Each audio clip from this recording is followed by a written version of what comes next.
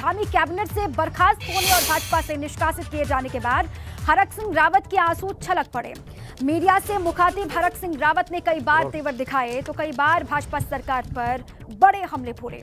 हरक सिंह रावत ने तो ये भी भविष्यवाणी कर दी है कि 2022 में उत्तराखंड में कांग्रेस की सरकार बनने वाली है, लेकिन इस दौरान हरक सिंह रावत लगातार कांग्रेस में शामिल ना होने की बात कहते नजर आए। दरअसल हरक सिंह रावत को धामी सरकार ने बीते रविवार को बर्खास्त कर दिया है, तो वहीं इसके बाद भाजपा ने हरक रावत को पार्टी से 6 साल के लिए बाहर का रास्ता दिखा दिया।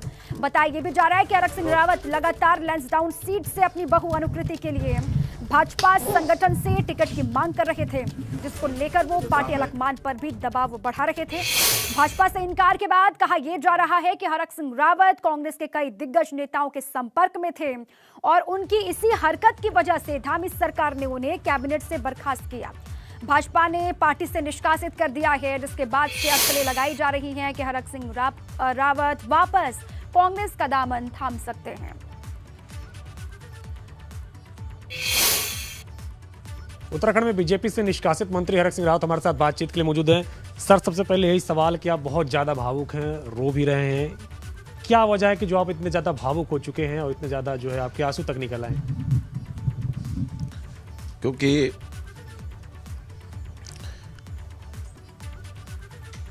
मुझे नहीं मालूम कि जो मैं लड़ाई लड़ रहा था विकास की, उसकी, और कोई बात नहीं थी। पिछले मैं कई समय से देख रहा था, पता नहीं कौन लोग ऐसे थे जो जानबूझ के इस तरह फर्जी समाचार सोशल मीडिया में चलाते थे, जिससे कोई सिर पैर नहीं होता था। और इनसे जब मेरी बातचीत होती थी, उन्हें कहा राव जी कैसे? मैंने कहा भैया ये कौन लोग हैं मुझे नहीं मालूम। कल भी जब मैं देहरादून से प्रहलाद जोशी जी ने कहा कि आप दिल्ली आ जाओ, मैं दिल्ली के लिए चला, तो कोई दूर दूर तक कोई बात नहीं थी। जब सोशल मीडिया में इस तरह कोई तो मेरे साथ के लोग दिखा रहे थे, तो मैंने कहा, हंस रहा था मैं कि यार हम मजे से चाय पी रहे हैं, हम लोग आ रहे हैं, विजय भवन से बात हो रही है, सबसे बात हो रही है, लेकिन ये कैसे समाचार चल रहे हैं? नहीं तो अमित शाह जी से टाइम ले रहा था, तब तक समाचार चला। मैंने कहा नहीं, मैंने कहा जिस तरह ये अब तक सोनिया गांधी मिलने की फर्जी खबरें हैं, शायद ऐसी फर्जी खबर ये भी है। अमित शाह जी ने मुझसे जो है कुछ दिन पहले फ़ोन किया था कि हरक सिंह तुम्हारी मेरी दोस्ती जो है अंतिम सांस तक लेना चाहिए। 7-8 कॉल थी, मैं नहीं उठा पाया। मैंने फिर देखा कि अमित शाह जी कॉल आया, तो मैंने कॉल बैक करा। तो कहने यार तेरी मेरी दोस्ती अंतिम सांस तक रहनी चाहिए। मैंने कहा बिल्कुल रहेगी। मैंने कहा आपको शक है क्या? कह रहे लोग कैसे कह रहे हैं? मैंने कहा भाई सब कैसी बातें कर रहे हो? लेकिन मैं आज मैं बहुत खुश हूँ। आज इतना खुश हूँ, दुख इस बात का, जब मैं उन परिस्थितियों में जा रहा हूँ तब मुझे आंखों में आंसू आ रहे हैं। लेकिन मैं खुश इसलिए हूँ कि मेरा एक बोझ कम हो गया, कि मैंने अपने वायदे को पूरा किया। मैंने नहीं पार्टी छोड़ी, मैंने नहीं अमित शाह को धोखा दिया, उन्होंने मुझे धोखा दिया। उनको टिकट देने की बात आपने की थी उनके साथ? नहीं, मैंने प्रहलाद जोशी ने 3-4 दिन पहले कहा। मैंने कहा भाई साहब मैं अभी लेस्टोन में गया था और अनुकृति ने इतना बड़ा कार्यक्रम किया, जंगल एरिया था, 5-6 हज़ार महिलाएं थी, लोगों में उत्साह था, सबने मुझसे मांग करी कि राव जी अनुकृति को इस बार यहाँ से चुनाव लड़ाओ। तो कहने आज आपने हमसे बोला है, मैं अमित शाह जी से, नड्डा जी से बात करके फिर बताऊंगा। इतनी बात हुई थी। कांग्रेस में 1 टिकट की शर्त पे जाएंगे कि 2 टिकट की शर्त पे? आप खुद लड़ेंगे, बहू को भी लड़ाएंगे? न शर्त इनके साथ है, न शर्त उनके साथ है।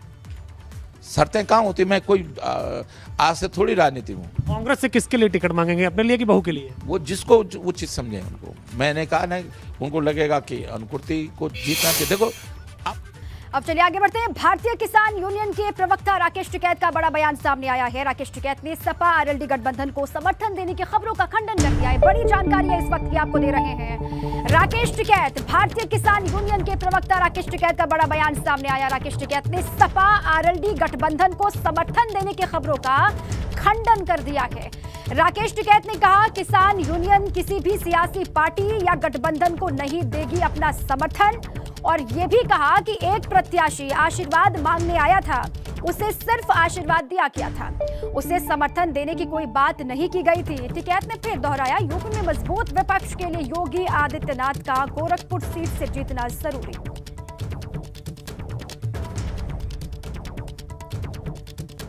अब चलिए खुद भारतीय किसान यूनियन के राष्ट्रीय प्रवक्ता राकेश टिकैत साहब हमारे साथ जुड़ चुके हैं। राकेश जी, बहुत बहुत स्वागत है आपका एबीपी गंगा में। धन्यवाद जी, धन्यवाद। सबसे पहले सर, कैसा चल रहा है सब कुछ? लगातार खबरें ये थी कि चुनाव का माहौल है तो आप भी चुनावी हो जाएंगे या फिर सियासी हो जाएंगे। सबसे पहला रिएक्शन गठबंधन को लेकर किसी भी सियासी पार्टी से?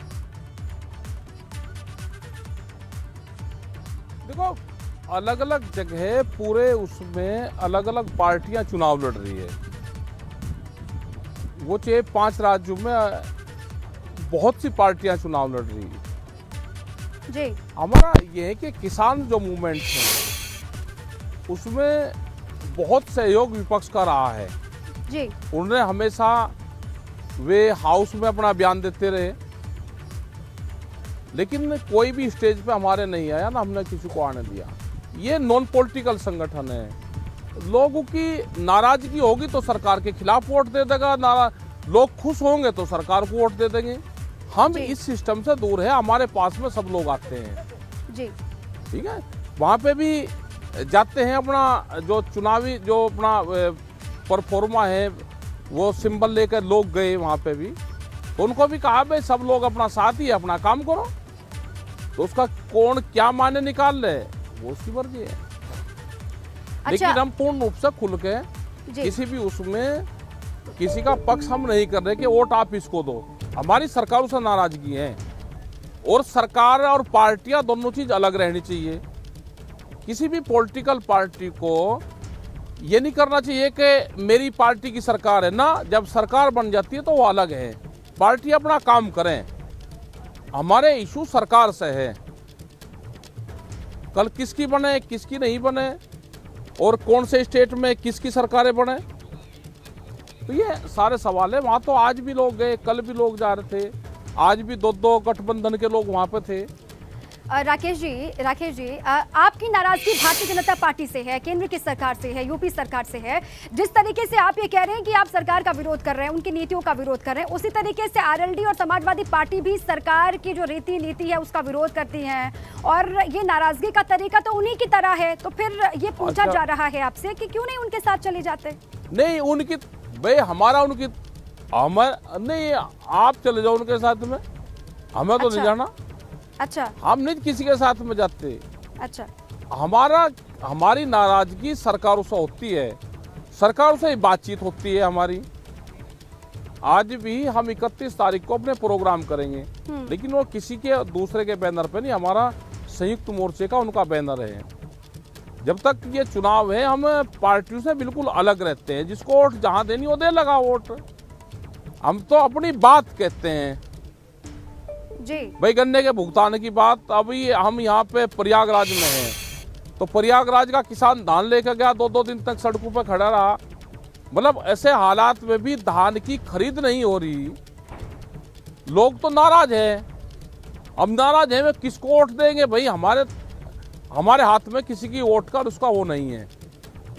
लेकिन हम अपनी बात कहते हैं, हम तो अपनी बात कहेंगे। हमारी नाराजगी जो होती है वो सरकारों से होती है। सरकार ठीक काम करती है तो भाई उनका धन्यवाद, सरकार नहीं ठीक काम करती तो उससे नाराजगी रहती है हमारे किसानों की। अब वोट का टाइम आ गया, उसमें वोट में तब्दील कौन हो रहा है वो हमारी जिम्मेदारी जा रहा है। राकेश टिकैत जी, क्योंकि ये चुनावी बेला है, चुनावी समर है, ऐसे में जो भी क्योंकि बहुत बड़ी संख्या में आप किसानों के नेता, आप जानते हैं आप कहाँ पर इस वक्त लीड कर रहे हैं या फिर किस तरीके से आप खड़े हुए हैं। अब जो बीजेपी को आपका विरोध करने का तरीका है वो बेहद आक्रामक तरीका है, खुल करके आप बीजेपी का विरोध करते हैं, तो ये तो इनडायरेक्टली यही हुआ ना कि समाजवादी पार्टी का आप समर्थन कहीं ना कहीं कर रहे हैं या फिर आरएलडी का समर्थन। हमें बीजेपी हमने देखो, हम नहीं समर्थन कर रहे भाई। बीजेपी तो एक पार्टी है, हमारा उससे क्या मतलब बीजेपी से है? अच्छा, सरकार किसकी हमारा है? सरकार से है। सरकार किसकी है सर? वो उत्तर प्रदेश सरकार हो या भारत सरकार, तो यहाँ सरकार किसी की नहीं होती। सरकार तो किसी पार्टी की थोड़ा होती है सरकार। अच्छा, ये गलत जानकारी है। इस पे एक बहस होनी चाहिए देश में कि सरकार किसी पार्टी की होती है। जब सरकार के नुमाइंदे चुने गए तो सरकार अलग चीज है और पार्टी अलग चीज है। अच्छा, तो आप ये कह रहे हैं राकेश तो टिकैत जी आप कि ये आप भारतीय बताओ कि जनता जो पार्टी का विरोध मुख्यमंत्री नहीं कर रहे, हैं, आप बीजेपी का विरोध नहीं कर अरे रहे। सुन तो लो, अच्छा। अरे बात तो सुन रहे, बोलिए बोलिए। बात तो सुन लो ना, बात सुनते नहीं, जी, बोलिए। समझ है नहीं। एक ही आदमी वही कृषि को भी देखेगा, वही चुनाव भी देखेगा, भर्ती कर नहीं रखे चैनल वालों ने भी। अच्छा, हमने जो ये आप कहा कहते हैं सर, कि वही जैसे हम दिखाते मुख्यमंत्री हैं, जी जो आप आज कहते हैं योगी वही हम आदित्यनाथ सुनाते जी- हैं, वही हम दिखाते हैं सर। बात पूरी कीजिए, बात पूरी कीजिए। मुख्य अरे बात तो सुन लो, बात नहीं सुनते। हमने कहा कि जैसे योगी जी मुख्यमंत्री हैं आज, जी। वो कोई बीजेपी के मुख्यमंत्री नहीं है, वो अखिलेश यादव के भी मुख्यमंत्री हैं, जो समाजवादी पार्टी है उसके भी मुख्यमंत्री हैं।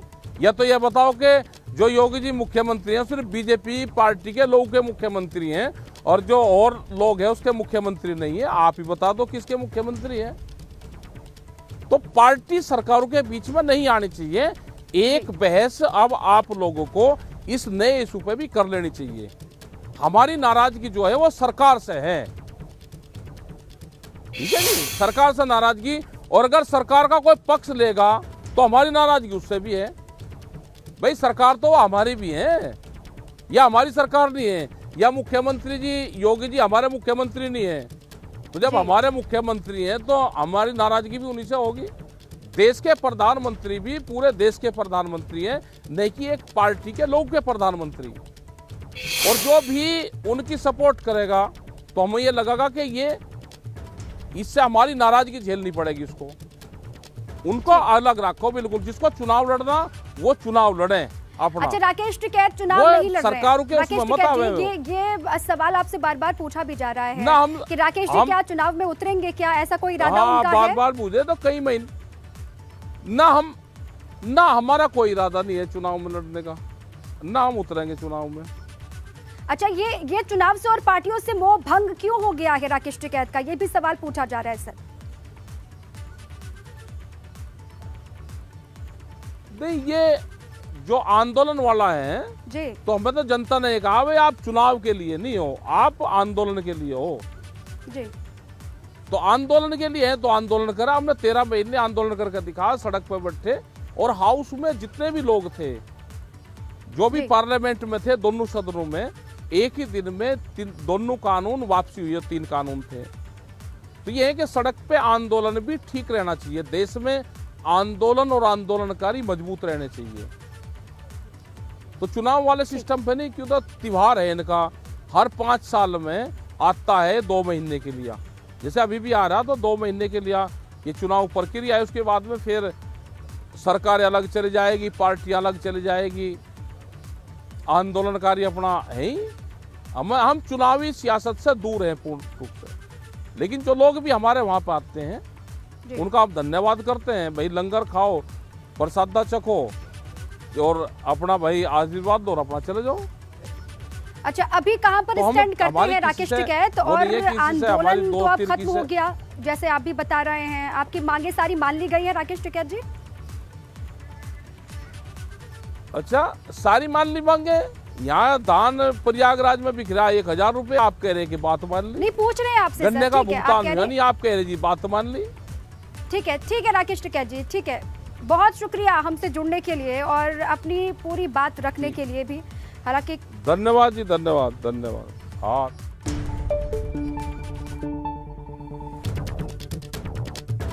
तो राकेश टिकैत को आप सुन रहे थे। एबीपी गंगा पर भाकियू प्रवक्ता राकेश टिकैत ने क्या कुछ कहा वो भी आपको बता रहे हैं। वो कह रहे हैं कि विधानसभा चुनाव नहीं लड़ूंगा। ये बड़ी खबर आपके सामने है, बड़ी बातें जो कही है वो बता रहे हैं। किसी सियासी पार्टी का समर्थन नहीं करेंगे, साफ तौर से मना कर दिया, इनकार कर दिया राकेश टिकैत ने। और हम सिर्फ किसानों की आवाज उठा रहे हैं, किसानों के नेता हैं, किसानों के साथ खड़े रहते हैं और किसानों की ही आवाज उठा रहे हैं। राकेश टिकैत ने ये कहा एबीपी गंगा पर, उनको आपने सुना, और उन्होंने साफ तौर से ये कहा कि ना तो वो चुनावी मैदान में उतरना चाहते हैं, ना सियासी दलों के साथ में उनकी जो जोड़ा जा रहा है वो बातें सही है। कुल मिलाकर के ये कहा कि वो किसी को सपोर्ट करने वाले नहीं है इस चुनावों में, और उनकी नाराजगी साफ तौर से सरकार को लेकर एक बार फिर से यहाँ पर दिखाई दी।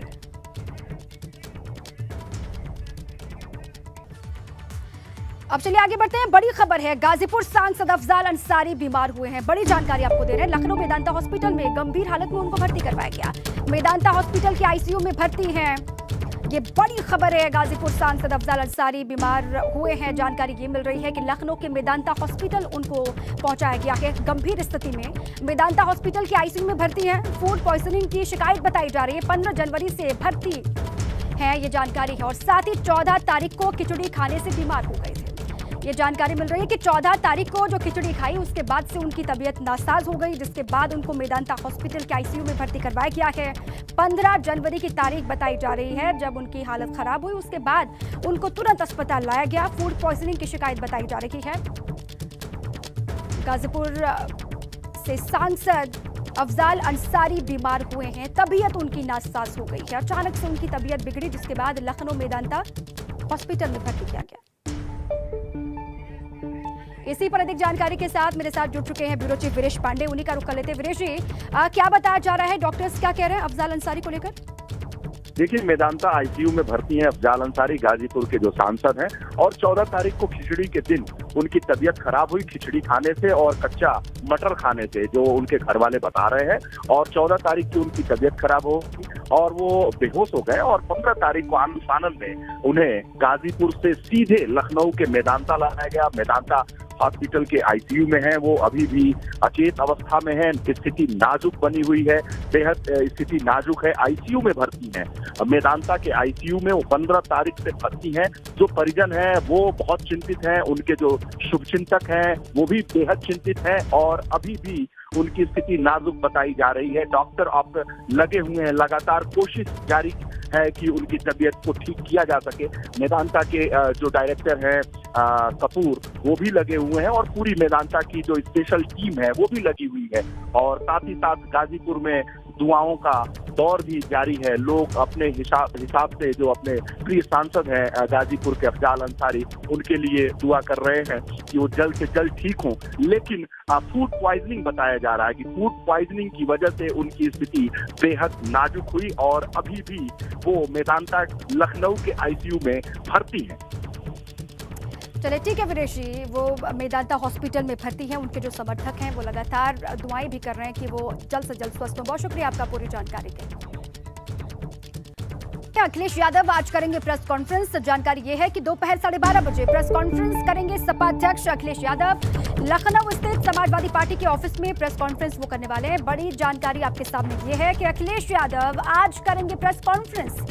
दोपहर 12:30 बजे का वक्त है। प्रेस कॉन्फ्रेंस करते हुए अखिलेश यादव दिखाई देंगे। और साथ ही जानकारी ये भी कि लखनऊ स्थित समाजवादी पार्टी के ऑफिस में ही उनकी पीसी होगी। अब क्या कुछ वो कहते हैं पीसी के दौरान, उस पर लगातार नजर रहेगी।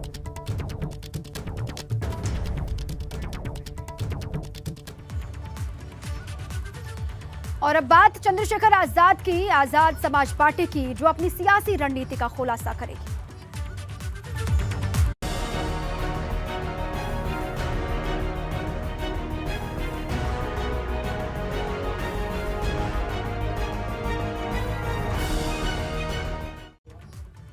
अब लखनऊ से बड़ी खबर यह है, इस सूत्रों के हवाले से आप तक पहुंचा रहे हैं। ओम प्रकाश राजभर कर रहे हैं चंद्रशेखर आजाद से बातचीत लगातार। ये बड़ी जानकारी है अखिलेश यादव की ओर से। ओम प्रकाश राजभर कर रहे हैं बातचीत चंद्रशेखर आजाद से। सूत्रों का दावा है कि आजाद ने सम्मान की बात की टिकट की नहीं, ये कहा जा रहा है। राजभर और अखिलेश से बात बनने पर आज हो सकती है मुलाकात। चंद्रशेखर और अखिलेश यादव की आज बातचीत हो सकती है, ऐसी जानकारी मिल रही है।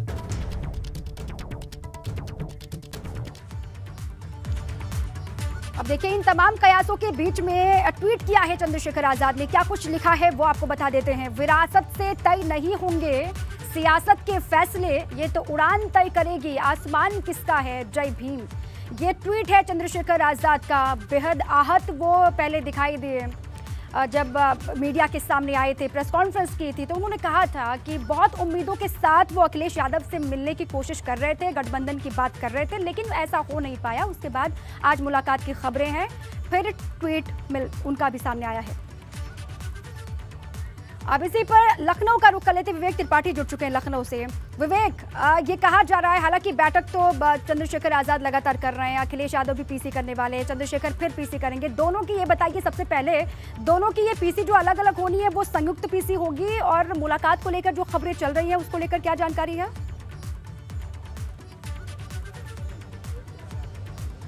देखिए दीपा, चंद्रशेखर की प्रेस कॉन्फ्रेंस दिल्ली में है और अखिलेश यादव की प्रेस कॉन्फ्रेंस यहां पर होने वाली है। हालांकि दोनों के बीच करीब 1.25 महीने से ज्यादा समय हो गया बातचीत चल रही थी। चंद्रशेखर गठबंधन करना चाहते थे और समाजवादी पार्टी के साथ गठबंधन में शामिल होना चाहते थे, लेकिन सीटों को लेकर समझौता नहीं बन पाया। चंद्रशेखर ने मेरठ, सहारनपुर और गाजियाबाद की 3 सीटें मांगी थी, लेकिन अखिलेश यादव सिर्फ 2 सीटें उनको देने को तैयार थे। मेरठ की सीट पर सहमति नहीं बन पाई। इसके बाद उन्होंने गठबंधन से हटने की घोषणा करी और शनिवार को एक प्रेस कॉन्फ्रेंस करी थी। उन्होंने कहा था कि अखिलेश यादव ने अपमानित किया, यानी दलितों को वो साथ नहीं लेना चाहते हैं और उन्होंने बातचीत मुझे 1.5 महीने से वो टहलाते रहे। उसके बाद ऐन वक्त पर उन्होंने मना कर दिया। अखिलेश यादव ने भी इसके बाद एक प्रेस कॉन्फ्रेंस करी थी, उसमें भी अपना पक्ष रखा था कि उनको 2 सीटें दी गई थी। अगर आधार देखें चंद्रशेखर आजाद की, आजाद समाज पार्टी का, तो बहुत ज्यादा पिछले चुनाव में नहीं रहा है, कोई आधार नहीं रहा है, तो इसलिए उनको 2 सीटें देने का पर्याप्त उनका फैसला सही था, सटीक था, लेकिन वो माने नहीं। अब ओपी राजभर के जरिए एक बार फिर से चंद्रशेखर ने शुरुआत की है कि वो गठबंधन में शामिल हो जाएं, क्योंकि चंद्रशेखर चाहते हैं समाजवादी पार्टी से जुड़ना। इस समय समाजवादी पार्टी की हवा बनी हुई है, एक माहौल बना हुआ है, तो चाह रहे हैं कि वो समाजवादी पार्टी से जुड़े। भाजपा से अलग होने या ना जुड़ने के लिए उन्होंने पहले ही मना कर दिया था कि भारतीय जनता पार्टी जो है दलित विरोधी पार्टी है, इसलिए उसके साथ किसी भी कीमत पे नहीं जुड़ेंगे। मायावती से भी उन्होंने बात की थी, लेकिन मायावती से बात नहीं बन पाई। कांग्रेस से भी बात चल रही है, लेकिन ओपी राजभर ने आज अखिलेश यादव से बात की है और कहा है कि अगर वो कहें तो अपने हिस्से की, यानी जो ओपी राजभर की पार्टी सुभाषपा है, अपने हिस्से की 2 सीटें उनको देने को तैयार है। कुछ सहमति बन सकती है, लेकिन जो अभी आपने ट्वीट बताया है, ऐसा लग रहा है कि बात बनी नहीं है। और अभी 12:30 बजे अखिलेश यादव प्रेस कॉन्फ्रेंस करेंगे, तो ये सवाल उनसे मैं पूछूंगा कि चंद्रशेखर को लेकर आखिर क्या निर्णय लिया है। ट्वीट ये बता रहा है कि कोई बात नहीं बनी है, जिस तरह से पहले उनको मना कर दिया गया था वही स्थिति अभी भी है। ओपी राजभर हालांकि लगातार कोशिश कर रहे हैं, अखिलेश यादव को कह रहे हैं, बात कर रहे हैं, मनाने की कोशिश कर रहे हैं कि सीटों का जो उनकी मांग है वो पूरी कर दी जाए, लेकिन ऐसा नहीं लग रहा है कि कोई बात बन पाएगी। चंद्रशेखर इसके बाद उन्होंने कहा था कि 2 दिन बाद हम अपना अगला कदम बताएंगे, शनिवार को प्रेस कॉन्फ्रेंस करके बताया था, तो आज सोमवार यानी 2 दिन लगभग पूरे हो रहे हैं। अब उनका अगला कदम क्या होगा? क्या वो अकेले पूरे चुनाव लड़ेंगे? 403 सीटों पर तो संभव नहीं है चुनाव लड़ना, तो निश्चित तौर पे वो कुछ पर्टिकुलर सीटें हैं, कुछ पर्टिकुलर जिले हैं जहां पर अपने प्रत्याशी उतारेंगे, जहां वो मजबूत अपने आप को पा रहे हैं। लेकिन कहीं ना कहीं इसका जो अलग होने का है वो नुकसान भी समाजवादी पार्टी को होगा, क्योंकि जो वोट बैंक है जो जुड़ा हुआ है उनके साथ, और उसमें से जो दलित वोट बैंक है जो चंद्रशेखर आजाद के खेमे में है उनके पास है, वो जरा सा इधर उधर हो जाएगा, तो कुछ नुकसान समाजवादी पार्टी को होगा। इसीलिए ओपी राजभर चाहते हैं कि चंद्रशेखर को लेकर, और चंद्रशेखर की भी पीसी आनी है, उस पर भी लगातार नजर होगी। क्या ओम प्रकाश राजभर की कोशिश के बाद भी नहीं मान रहे हैं अखिलेश गठबंधन का हिस्सा बनाने के लिए चंद्रशेखर को? इसको लेकर क्योंकि ट्वीट आया है जो सामने चंद्रशेखर का, उससे यही लग रहा है। आप भी इस बात का जिक्र कर रहे थे। बहुत शुक्रिया विवेक आपका पूरी जानकारी के लिए। लगातार नजर होगी दोनों की प्रेस कॉन्फ्रेंस पर।